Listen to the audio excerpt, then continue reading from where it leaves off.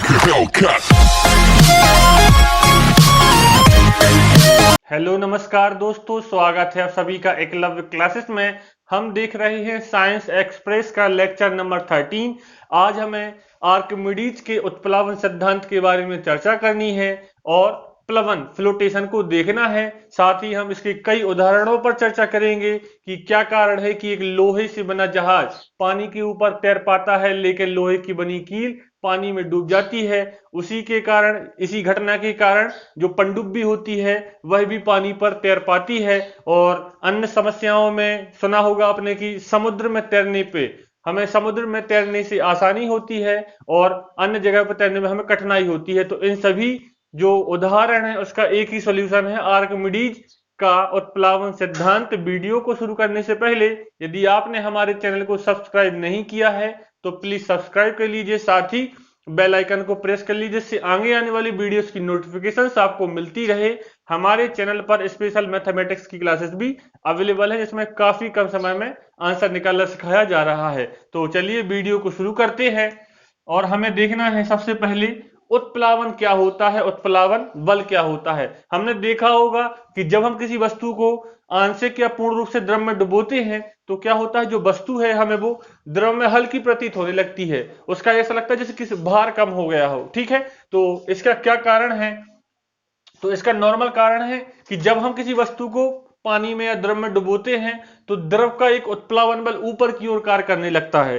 ठीक है, वस्तु पर, और वस्तु का जो भार है वो नीचे की ओर कार्य करता है, जिससे जो दोनों फोर्स है वो कट जाते हैं। क्या होता है, जो वस्तु है वो फ्रीली क्या होती है, वो स्वतंत्र रूप से हमें दिखाई देती है, प्रतीत होती है। ठीक है, तो द्रव का उत्प्लावन या उत्क्षेप बल क्या होता है, जब किसी वस्तु को किसी द्रव में आंशिक या पूर्ण रूप से डुबाया जाता है तो उसके भार में क्या हो जाती है, कमी हो जाती है। और जो यह क्या होता है, भार में कमी हो जाती है। और यह जो आभासी कमी है वो द्रव द्वारा वस्तु पर ऊपर की ओर लगाए गए बल के कारण होती है। इस बल को ही क्या बोलते हैं, उत्प्लावन या उत्क्षेप बल कहा जाता है। हमने देखा जब किसी वस्तु को किसी द्रव में आंशिक या पूर्ण रूप से डुबोया जाता है तो उसके भार में कमी आ जाती है।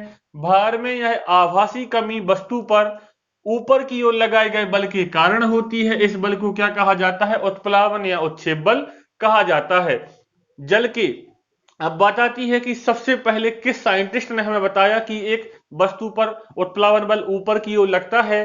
तो जल की उत्क्षेप या उत्प्लावन का सर्वप्रथम अध्ययन आर्किमिडीज ने किया था और इन्होंने एक सिद्धांत दिया जिसे हम बोलते हैं आर्किमिडीज का उत्प्लावन सिद्धांत। अब क्या होता है, जब भी हम किसी वस्तु को द्रव में डुबोते हैं तो जो उत्प्लावक बल है वो दो चीजों पे निर्भर करता है।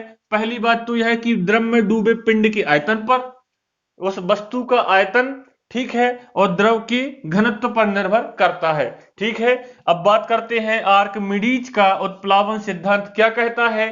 तो आर्किमिडीज के सिद्धांत के अनुसार जब किसी वस्तु को किसी द्रव में डुबोया जाता है तो उसके भार में कमी आ जाती है। भार में यह आभासी कमी वस्तु द्वारा हटाए गए द्रव के भार के बराबर होती है, वस्तु द्वारा हटाए गए द्रव के भार के बराबर होती है। और इसी के कारण क्या होता है, कोई वस्तु तैर पाती है, कोई वस्तु डूब जाती है। अभी अन्य घटनाएं हमें देखनी है, हमें कंडीशंस चर्चा करनी पड़ेगी कि यदि वस्तु द्वारा हटाया गया भार वस्तु के भार से कम है या ज्यादा है या बराबर है तो क्या क्या होगा। अब एक पॉइंट यहां पे लिखा हुआ है कि जब किसी वस्तु को द्रव में डुबोते हैं तो उस वस्तु पर दो बल कार्य करते हैं। वो तो हमने यह चर्चा कर ली थी।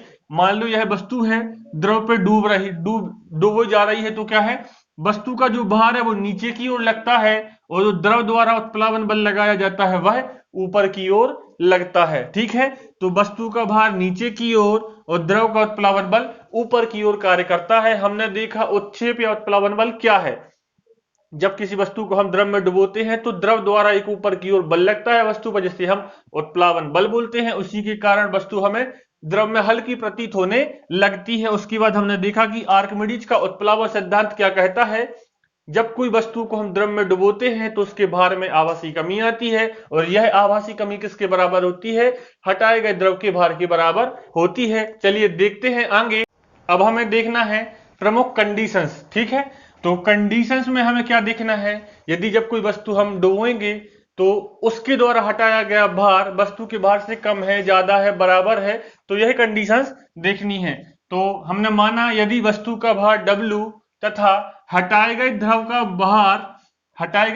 भार W1 है, तो द्रव पर कार्यरत बल की 3 स्थितियां हो सकती हैं। सबसे पहला क्या हो सकता है कि W ज्यादा है W1 से, W ग्रेटर देन W1, अर्थात क्या है, वस्तु का भार हटाए गए द्रव के भार से अधिक है तो वस्तु द्रव में डूब जाएगी। नॉर्मल सी बात है, जब हमने वस्तु को डुबोई और वस्तु का भार ज्यादा हो और वह कम द्रव को हटा पाए उस स्थान से, तो वस्तु क्या होगी, डूब जाएगी। दूसरा कंडीशन क्या है, W इक्वल्स टू W1, अर्थात वस्तु द्वारा हटाए गए द्रव का भार वस्तु के भार के बराबर है, तो वस्तु जो है द्रव में डूबी हुई अवस्था में तैरेगी। ठीक है।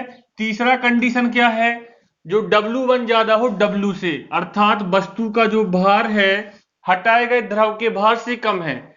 W1 क्या है, W से ज्यादा है, जो वस्तु द्वारा हटाया गया भार ज्यादा होगा वस्तु के भार से, तो वस्तु क्या होगी, द्रव के ऊपर तैरेगी।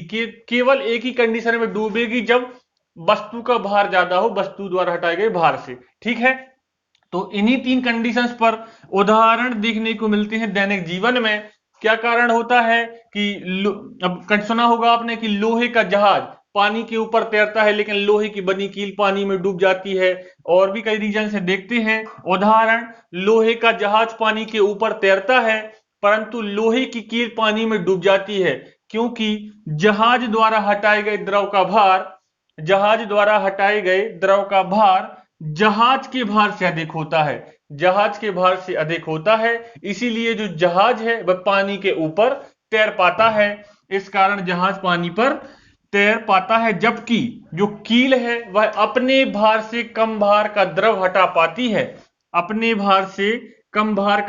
पाती है, इसलिए वह पानी में डूब जाती है। और एक और आपने सुना होगा कि पनडुब्बी पानी के अंदर क्यों तैर पाती है, तो क्योंकि पनडुब्बी भी इसी सिद्धांत पर कार्य करती है, अर्थात इसके द्वारा हटाए गए द्रव का भार, ठीक है, इसके द्वारा हटाए गए द्रव का भार उसके भार के बराबर होता है।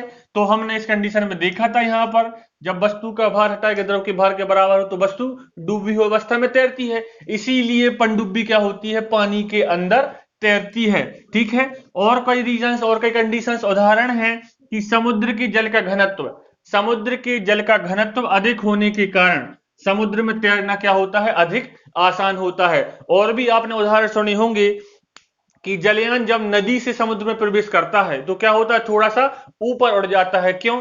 क्योंकि समुद्र के जो जल का घनत्व होता है वह नदी के जल के घनत्व से ज्यादा होता है। तो इसलिए क्या होता है, जो समुद्र में जो जहाज है वह कम गहराई तक ही डूब पाता है और इसलिए आसानी से ऊपर तैरता रहता है।